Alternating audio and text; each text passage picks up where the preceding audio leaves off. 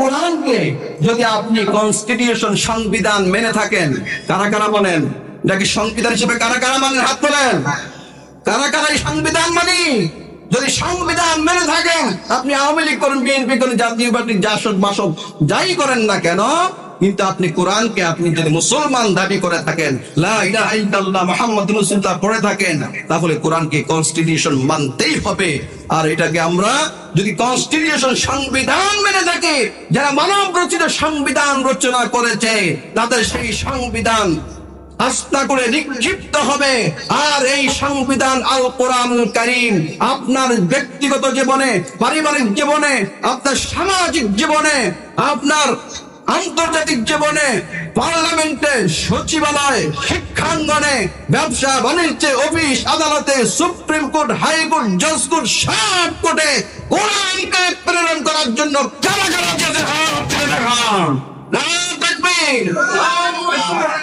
আল্লাহ মহাগ্রন্থ আল কোরআনুল কারীম থেকে সূরা আন-নাহলের ৩৬ নম্বর আয়াতের একটি অংশ তেলাওয়াত করেছে এবং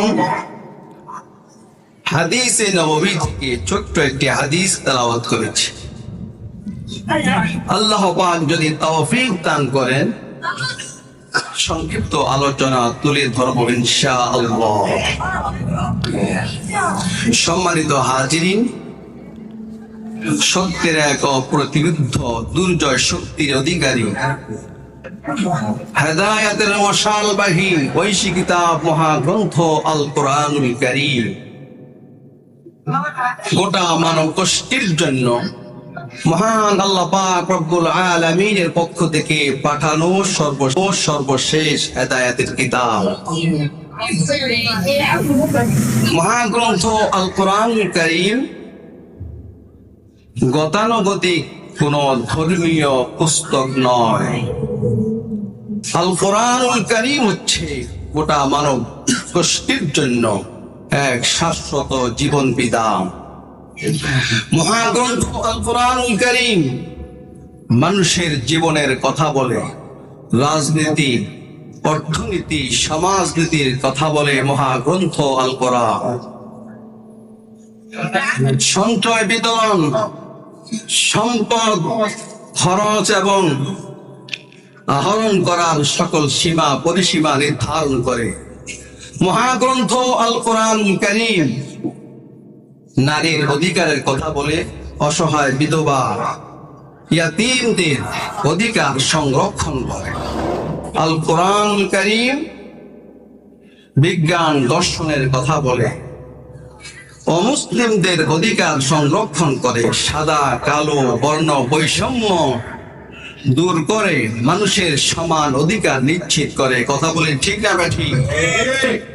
কোরআনুল কারীমের মধ্যে রয়েছে উত্তরাধিকারী আইন, ফৌজদারি দণ্ডবিধি, স্বরাষ্ট্রনীতি, পররাষ্ট্রনীতি, জ্যোতির্বিজ্ঞান, যুদ্ধনীতি সহ মানব জীবনের প্রয়োজনীয় সবকিছু সুস্পষ্ট বর্ণনা এবং সকল সমস্যার সঠিক সমাধান রয়েছে মহাগ্রন্থ আল কোরআনুল কারীমের মধ্যে। কথা বলেন ঠিক না ঠিক?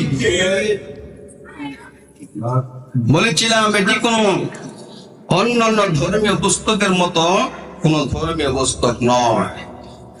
এটি হচ্ছে মানুষের ভাগ্য সুপ্রসন্ন করার এক অনন্য কিতাব, শ্রেষ্ঠ কিতাব, জীবন বিধান, জীবন চলার পদ্ধতি। আমি যে আয়াতটি তেলাওয়াত করেছি সূরা আন-নাহলের ৩৬ নম্বর আয়াত, এই আয়াতের মধ্যে আল্লাহ পাক রব্বুল আলামিন দায়িত্বহীন কণ্ঠে তুলে ধরেছেন যে গোটা পৃথিবীর সমস্ত মানুষকে দিক নির্দেশনা দেওয়ার জন্য আল্লাহ পাক রব্বুল আলামিন ১,০০,০০০ কিংবা ২,২৪,০০০ পয়গম্বর প্রেরণ করে তাদেরকে ২টা মিশন দিয়েছেন। সমস্ত নবীদেরকে ২টো মিশন দিয়েছেন। কয়টা মিশন? দুইটা মিশন দিয়েছেন। ওই দুইটা মিশন আদম আলাইহিস সালাম থেকে আমাদের পেয়ারা নবী পর্যন্ত সাল্লাল্লাহু আলাইহি ওয়াসাল্লাম পর্যন্ত একটাই ছিল, যে এর ভিন্নতা ছিল না। দুইটা মিশন, এই দুইটা কাজ মৌলিক ভাবে ছিল। কিয়ামত পর্যন্ত নবীর ওয়ারিসগণ এই দুইটা মিশনের উপরে কাজ করে যাবে। দুইটা মিশন কি?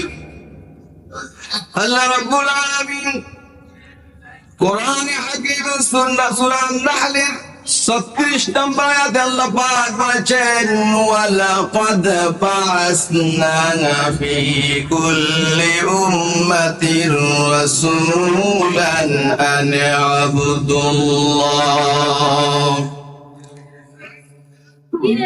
আল্লাহ রাব্বুল আলামিন বলেন, আমি প্রত্যেক জাতির কাছে রাসূল প্রেরণ করেছি। দুইটা মিশন, একটা হলো হে আমার জাতি তোমরা আল্লাহর ইবাদত করো, আল্লাহর গোলামি করো। দ্বিতীয় মিশন হলো তোমরা তাগুতের বিরুদ্ধে সংগ্রাম চালাও, তাগুতকে পরিহার করো। এক নাম্বার হলো আল্লাহর ইবাদত, দুই নাম্বার হলো তাগুতের বিরুদ্ধে সংগ্রাম, তাগুতের বিরুদ্ধে অভিযান, তাগুতের বিরুদ্ধে আন্দোলন চালাও। দুইটা মিশন আল্লাহ পাক রব্বুল আলামিন সমস্ত নবীদেরকে দান করেছেন। কয়টা মিশন?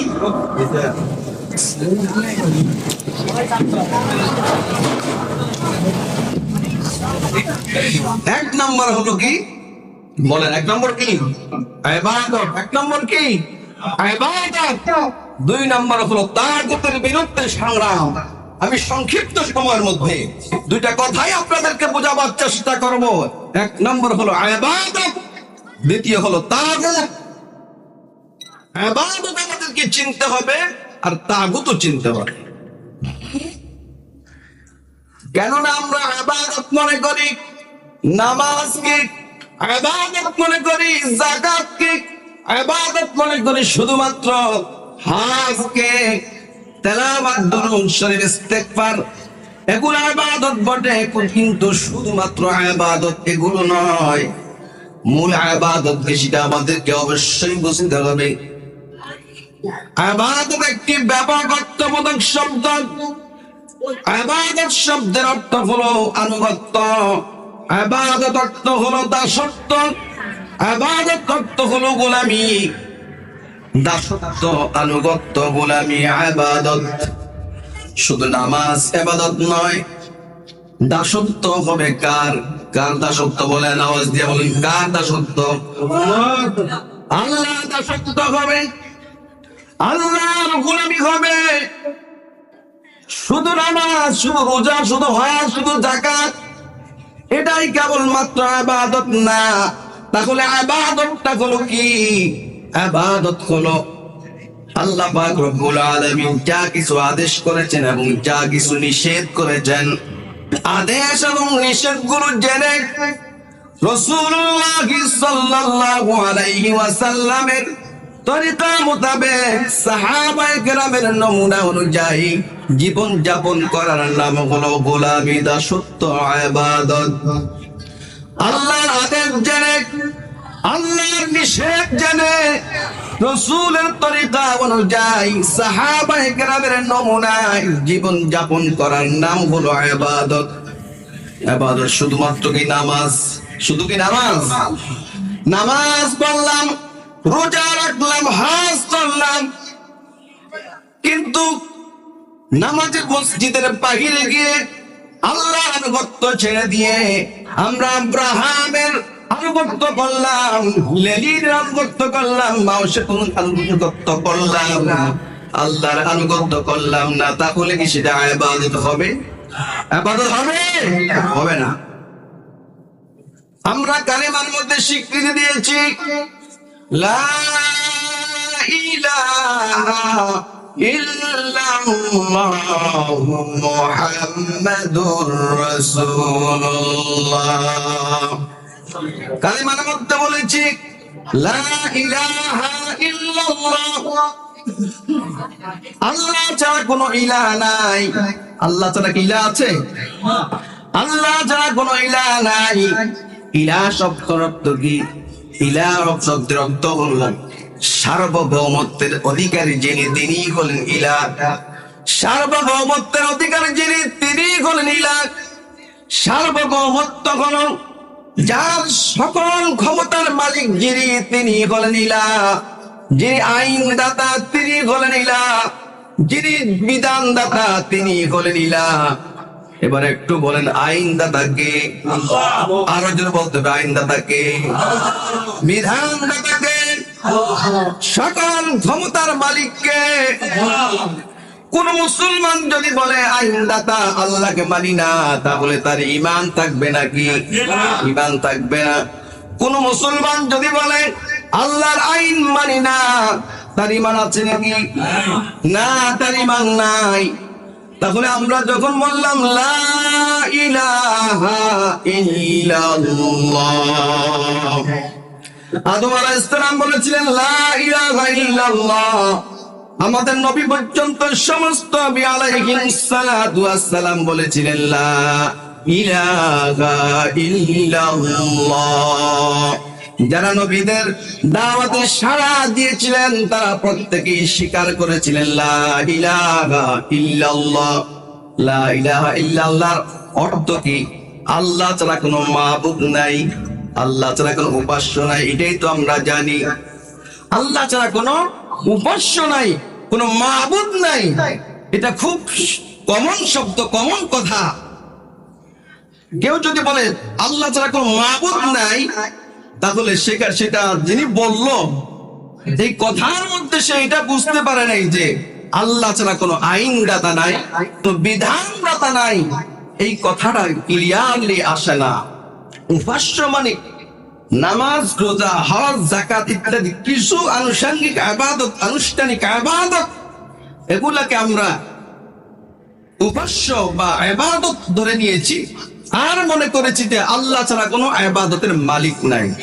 কিন্তু এর ব্যাপক অর্থ কোরআনুল কারীমের যত আয়াত আছে, পুরা কোরআনুল কারীমের মধ্যে 147 বার আল্লাহ তাআলা ইলাহ শব্দ ব্যবহার করেছেন। কয়বার? সবাই বলেন কয়বার? 147 বার আল্লাহ তাআলা ইলাহ শব্দটি ব্যবহার করেছেন। সবগুলো আয়াত যদি আপনি একত্রিত করেন, সব আয়াতের অর্থ বিভিন্ন জায়গায় আল্লাহ পাক রব্বুল আলামিন ইলাহ শব্দের অর্থ করেছেন। ইলাহ শব্দের অর্থ হলো মাহবুব, ইবাদতের উপযুক্ত। ইলাহ শব্দের অর্থ আল্লাহ পাক কোন জায়গায় উল্লেখ করেছেন আইনদাতা, কোন জায়গায় উল্লেখ করেছেন সার্বভৌমত্বের অধিকারী। সার্বভৌমত্বটা কি? সার্বভৌমত্ব বলতে যেমন একটা রাষ্ট্র বাংলাদেশ, একটা রাষ্ট্রের 4টা উপাদান। কয়টা উপাদান? 4টা উপাদান। একটা রাষ্ট্রের ভূমি, জনগণ, সরকার, সার্বভৌমত্ব। ভূমি ছাড়া রাষ্ট্র হয় না, জনগণ ছাড়াও রাষ্ট্র হয় না, সরকার ছাড়াও রাষ্ট্র হয় না, এবং সার্বভৌমত্ব ছাড়াও রাষ্ট্র হয় না। সার্বভৌমত্বটা কি? সার্বভৌমত্ব হলো একটা ভূখণ্ডের, যেমন বাংলাদেশের, তার অথরিটি, তার আইন, তার পাওয়ার ক্ষমতা, এদেশের কনস্টিটিউশন, সংবিধান, যে সংবিধান অনুযায়ী দেশ পরিচালিত হবে। বহিঃশক্তি, বহির্রাষ্ট্রের কোন ক্ষমতা, কোন অথরিটি, কোন নাক গালানি এই দেশে চলবে না। এটাই হলো বাংলাদেশের সার্বভৌমত্ব। আমাদের এই দেশের বাংলাদেশের সার্বভৌমত্বে বহির্রাষ্ট্রের কোন হস্তক্ষেপ এই দেশে চলবে না। এটা হচ্ছে বাংলাদেশের সার্বভৌমত্ব। এই সার্বভৌমত্ব ভারতেরও আছে, অর্থাৎ গোটা পৃথিবীর সমস্ত রাষ্ট্রের আছে। যার যার দেশের আইন দিয়ে সেই দেশ চলবে, সেই দেশের আইন সেই দেশেই চলবে। এটা হলো ওই দেশের সার্বভৌমত্ব। আল্লাহ রাব্বুল আলামিনের সার্বভৌমত্ব আছে না নাই? আরো আসতে কোন আছে না নাই? সন্দেহ লাগে? তো জিকির করি লা ইলাহা ইল্লাল্লাহ, লা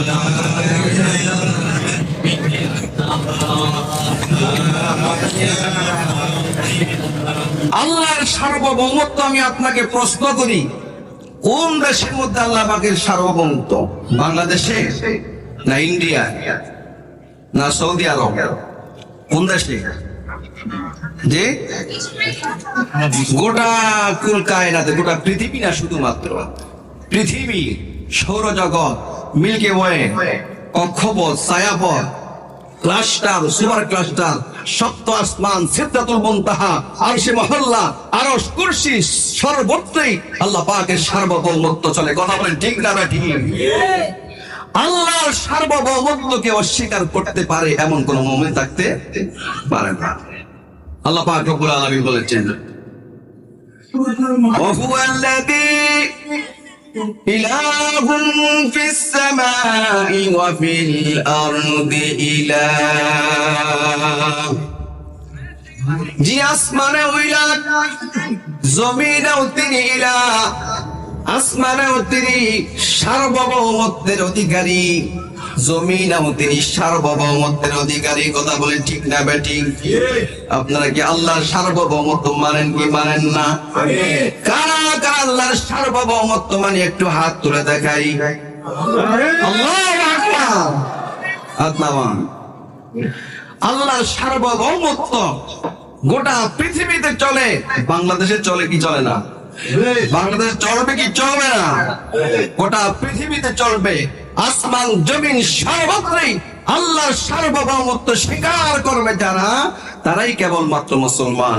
এটাই আমাদেরকে লক্ষাধিক পয়গম্বর শিক্ষা দিয়েছেন। কি শিক্ষা দিয়েছেন? وَلَقَدْ بَعَثْنَا فِي كُلِّ أُمَّةٍ رَسُولًا أَنِ اعْبُدُوا اللَّهَ।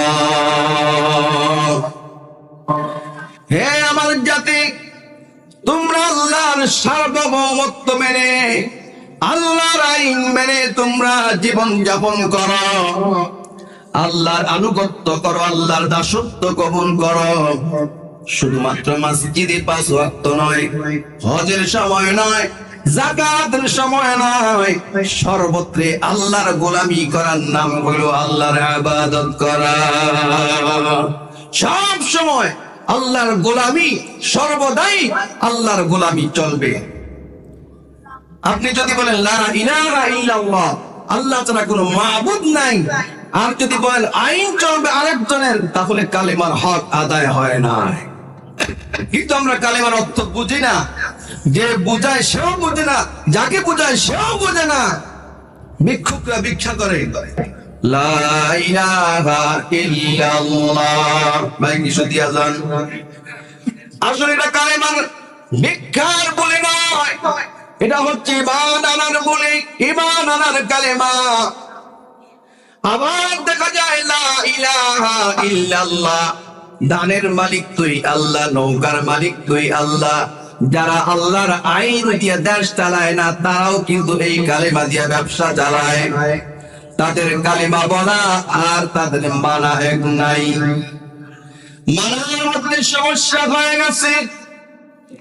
আল্লাহ পাক রব্বুল আলামিন এই কালেমার মধ্যে যা শিক্ষা দিলেন, যা দাবি করলেন, তা হচ্ছে তোমরা বলো আল্লাহ ছাড়া কোনো আইন দাতা নাই, কোনো বিধান দাতা নাই। কিন্তু আপনি যদি বলেন আল্লাহ ছাড়া কোনো মাবুদ নাই, সংসদের সামনে দাঁড়িয়ে আপনি বলেন আল্লাহ ছাড়া কোনো মাবুদ নাই, আপনি যদি সেখানে ভিক্ষা করেন ভিক্ষা পাবেন। আবার খানকার মধ্যে যদি বসে বলেন লা ইলাহা ইল্লাল্লাহ, লা ইলাহা ইল্লাল্লাহ, ওই খানকার ভেতরে আপনার জন্য গরু যাবে, হাঁস মুরগি যাবে, উট যাবে, ভেড়া যাবে, বকরি যাবে, টাকা যাবে, পয়সা যাবে, হাতিয়া তো অনেক কিছু যাবে। কিন্তু যদি আপনি বলেন আল্লাহ ছাড়া কোনো আইন দাতা নাই, আল্লাহ ছাড়া কারো আইন মানে না, আল্লাহ ছাড়া কারো শাসন মানে না, তখন আপনার বিরুদ্ধে আন্দোলন আসবে, আপনার বিরুদ্ধে সংগ্রাম আসবে। এই কথাই যখন নবীগণ বলেছিলেন আল্লাহ ছাড়া কারো আইন চলে না, আল্লাহ ছাড়া কারো কর্তৃত্ব মানি না, শাসন মানি না, তখন নবীদের উপরে নির্যাতন আসছে না আসছে নাই? আসে নাই? আসছে। তাদের উপরে অত্যাচার তখনই এসেছে যখন লা ইলাহা ইল্লাল্লাহ সঠিক অর্থ তারা তুলে ধরেছে।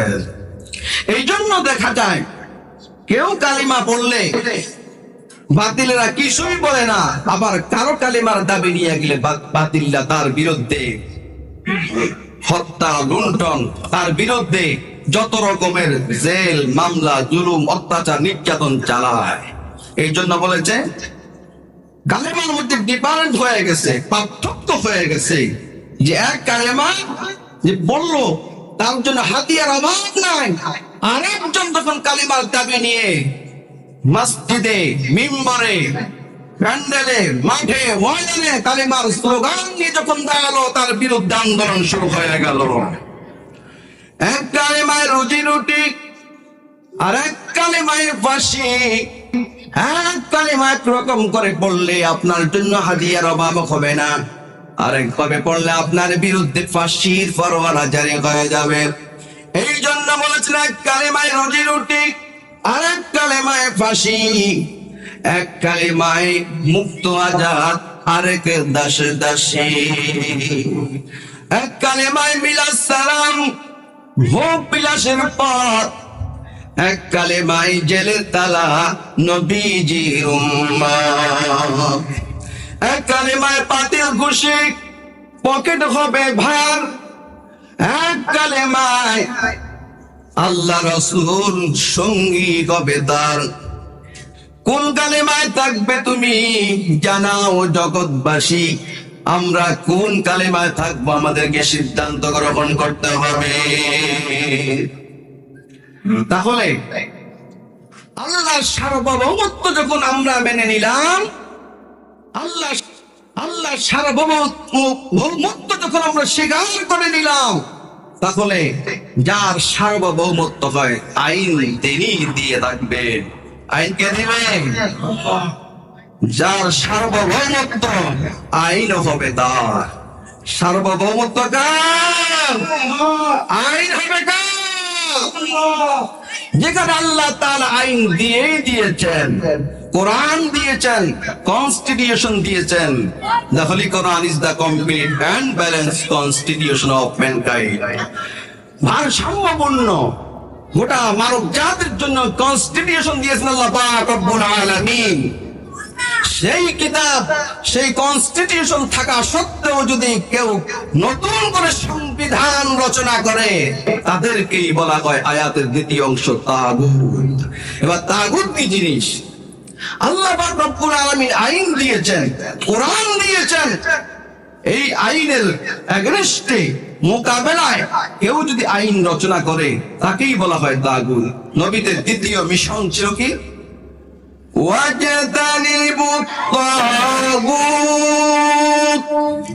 হে দুনিয়ার মানুষ, তোমরা তাগুত অস্বীকার করো, তাগুতকে বর্জন করো। সংক্ষিপ্ত ভাবে আমি তাগুতের পরিচয় দিয়ে আমার আলোচনা শেষ করছি। তাগুত হল, তাফসীরের মধ্যে এসেছে, আল্লাহর কালাম যখন আল্লাহ পাক রব্বুল আলামিন মানব জাতির জন্য সংবিধান রূপে প্রেরণ করেছেন, সেই সংবিধানকে ঘরের মধ্যে রেখে, তাকের মধ্যে রেখে দিয়ে মানুষকে পরিচালনা করার জন্য কোন ব্যক্তি বা কেহ বা কাহারাও যদি কোন আইন রচনা করে, যে আইন রচনা করলো আল্লাহর কোরআনকে বাদ দিয়ে, যিনি আইন রচনা করলেন তাকেই বলা হয় তাগুত। এবং ওই আইন যারা মানলো তারাও হলো তাগুত। যে আইন রচনা করলো সেও তাগুত। ওই আইনকে বাস্তবায়ন করার জন্য যারা আন্দোলন করলো, সংগ্রাম করলো, তারাও তাগুত। যারা ওই আইনকে মানলো, মনে প্রাণে মানলো, তারাও হলো তাগুত। এই তাগুতটা আমার তিন প্রকার। একটা হলো আমার আপনার নফস, নফসে আম্মারা। ওই নফসে আম্মারা হলো তাগুত। এক নাম্বার তাগুত, সেটা আবার তিন ভাগে বিভক্ত। তাগুত যদি আপনি না চিনতে পারেন, আল্লাহর জান্নাতে যাওয়াটা তো সহজ হবে না। বড় তাগুত যারা আইন রচনা করলো কোরআনের বিরুদ্ধে, সেটা আবার তিন প্রকার।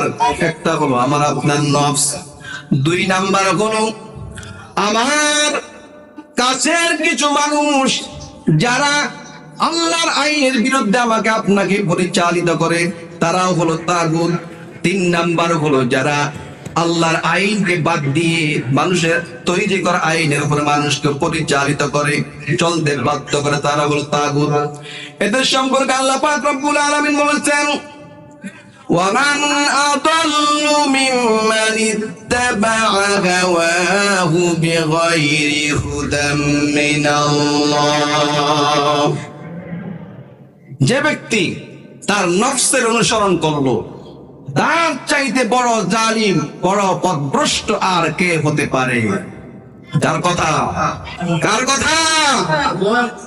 আল্লাহ পাক রব্বুল আলামিন এই কোরআনে যা কিছু দিয়েছেন, এর বিরুদ্ধে যদি আপনার নফস, আপনার মন আপনাকে উল্টা পথে পরিচালিত করে, কোরআনের পথে না হেঁটে, কোরআনের পথে নির্দেশ না করে, আপনার মন যদি অন্যদিকে আপনাকে চলতে বাধ্য করে, কোরআনের ভাষায় সেই নফস হলো তাগুত। ওই তাগুতের বিরুদ্ধে সংগ্রাম আর অবিরাম চলবে, আজীবন সংগ্রাম, নফসের বিরুদ্ধে সংগ্রাম। রাসূলুল্লাহ সাল্লাল্লাহু আলাইহি ওয়াসাল্লাম 67টি যুদ্ধ পরিচালনা করেছেন।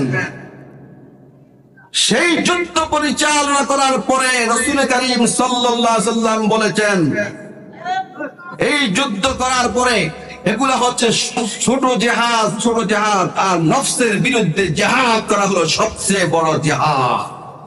নফসে চায় কোরআনের বিরুদ্ধে চলতে, কোরআনের আইন বাদ দিয়ে অন্য কোন আইনে জীবন যাপন করতে মন চায়, ওই নফস আপনাকে ভিন্ন পথে নিয়ে গেল, ওই নফসকে বলা হয় তাগুত।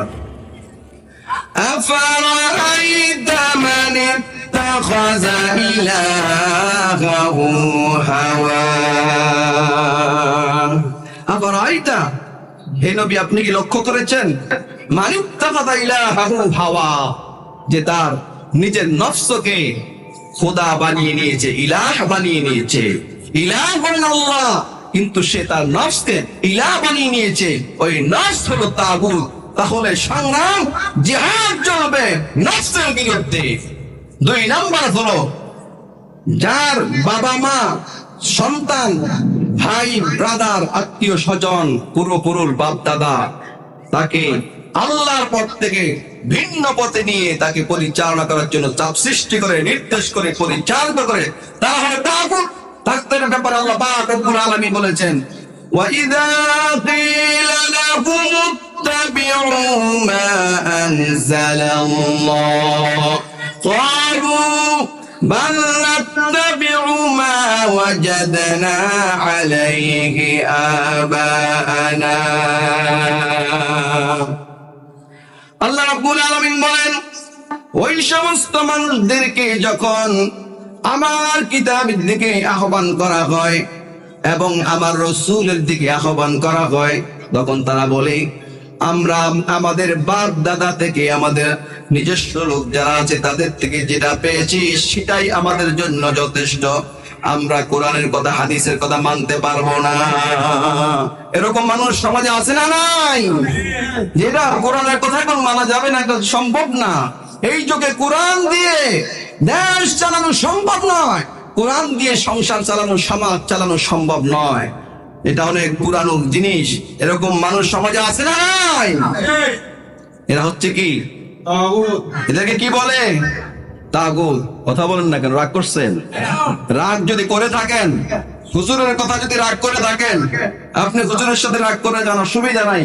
আপনি কোরআনটা খুলবেন, কোরআন খুলে দেখবেন কোন কোন আয়াত আপনার পছন্দ নয়, আপনি তার লাল কালি দিয়ে দাগ দেন।